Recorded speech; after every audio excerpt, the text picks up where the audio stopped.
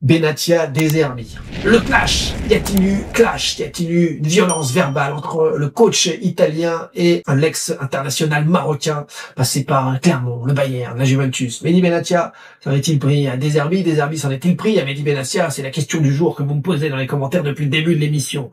Je vais y répondre, promis, mais je laisse un peu de suspense. Parce que ça y est, vous les voyez ces images? Alors y a-t-il eu clash, vraiment? Très honnêtement, sur ces images proposées par le Phocéen que vous voyez ici, entraînement ouvert donc aux médias, est-ce que vous imaginez un seul instant que le coach et le directeur du football, le directeur sportif, puissent s'embrouiller réellement? Qu'il y ait des désaccords, ma foi, pas de souci, on peut être sur un joueur ou deux, il peut être arrivé en expliquant les revendications d'une ou deux recrues, puisque je l'ai expliqué en début de mercato, Benatia est sur 6 ou 7 joueurs en pleine négo pour un seul poste ou une seule demande, un seul besoin. Donc il peut lui parler de 6, 7 choses qui avancent pour un seul poste à la fois. Et des arbitres peuvent réagir sur mais lui il se fout de nous, à vouloir tant d'argent, lui il nous a pris pour qui, lui il croit qu'on est riche comme Flavius, lui ceci, lui cela, lui il croit qu'on est déjà vendu officiellement, lui c'est voilà.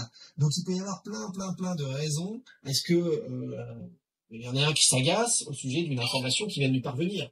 Et ça ne veut absolument pas dire que les deux ne sont pas sur la même longueur d'onde, que le travail n'est pas fait, qu'ils s'engueulent en public. Enfin, ils ont le droit quand même de se parler. Donc voilà, c'est une séquence qui n'a rien de dingue, qui est même normal, qui montre sa vie, au contraire, ça discute. Beaucoup interprètent le hochement de tête de Mehdi Benatia, qui n'a pas l'air d'accord sur un sujet, j'aimerais bien savoir ce qu'il se dit, ceci, cela. Franchement, mais vous êtes vraiment des commères, vous êtes des concierges, c'est pas possible.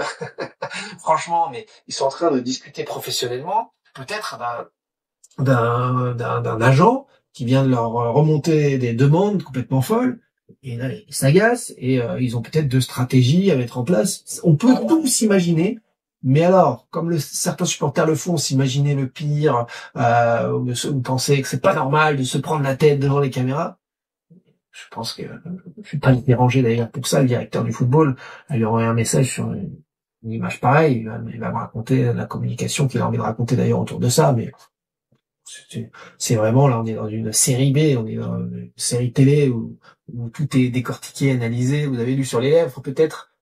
Franchement les amis, ce n'est pas du tout significatif. Est-ce qu'il y a d'autres images? Les imbéciles de X qui demandent alors en plus leur avis à Grok, alors là on aura tout compris, là, on aura tout. Mehdi va se foutre de ma gueule si je lui pose une question là-dessus. Je lui dis qu'est-ce qui s'est passé? Vraiment tout le monde veut savoir. Bon, je vais recevoir des smileys. Genre, mais ils s'en foutent quoi. C'est pour ça que on va s'éviter ça, non? On va s'éviter ça, les amis. Oui, je suis complètement concierge. Je le savais en le disant, je le savais très bien. Arrêtez d'être bêtes, les mecs qui peuvent s'embrouiller en off, ils savent très bien qu'il y a les caméras. Oui, ils se mettent de côté pour discuter plus tranquillement et ils peuvent. De là, ça s'analyse. Déjà, moi, quand je vois Luis Enrique, au moment de changement ou autre, sur des trucs du genre, il faut que tu joues plus à gauche, plus à droite, mettre sa main comme ça devant, au bord de terrain, du genre, on va analyser, tu vas lui dire qu'il faut plus qu'il fasse un pressing. Je trouve ça pro. Là, pareil, d'analyser ce genre de choses, voilà. C'est nul d'imaginer une embrouille entre eux juste pour faire parler, j'en sais rien, c'est juste pour faire parler, c'est le côté. Mais alors là, pour le coup, Tonino s'en prend au Phocéen parce que il n'y a pas de problème. Même pas non plus d'ailleurs, je crois, mais moi je m'en fous un peu d'eux, c'est la différence. Mais qui continue de se contenter de relayer les infos de RMC, qui arrête d'essayer de faire des journalistes. Là, pour le coup, ils ont rien dit.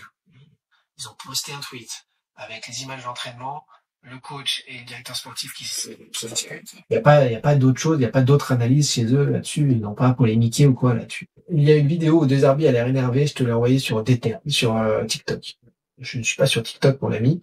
Enfin, je suis sur TikTok, mais pas pendant l'émission. Donc, on va aller chercher cette vidéo qui va être sur X de la même façon avec De Zerbi. Là, même image, de la même séquence. Et là, le zoom, la main sur lui. Incroyable. Il lui parle avec les mains pour un Italien, c'est un truc de fou. Il lui parle avec les mains pour un Italien, waouh, c'est dingue. Et Benatia lui dit qu'il n'est pas d'accord. Waouh, là là. Les endroits, ça se trouve, ils sont d'accord. Ils sont juste agacés de l'attitude d'un agent ou d'un joueur. Analyser ça, ça n'a aucun sens, les gars. Ça n'a aucun sens. C'est la Provence qui a mis ça, mais c'est exactement la même séquence. Hein. C'est juste un autre moment de la séquence, et donc il y a vraiment aucun souci là-dessus. Hein. Ils ont le droit de pas être d'accord sur un truc et de parler. Et puis surtout, ils sont, ça se trouve, d'accord, mais agacés de l'attitude de quelque chose, mercato ou au club d'ailleurs, ou la cuisson des pâtes. Mais c'est, voilà, c'est, bref. C'est là-dessus que vous vouliez vraiment que je revienne dans l'émission. Je vous ai donné mon avis.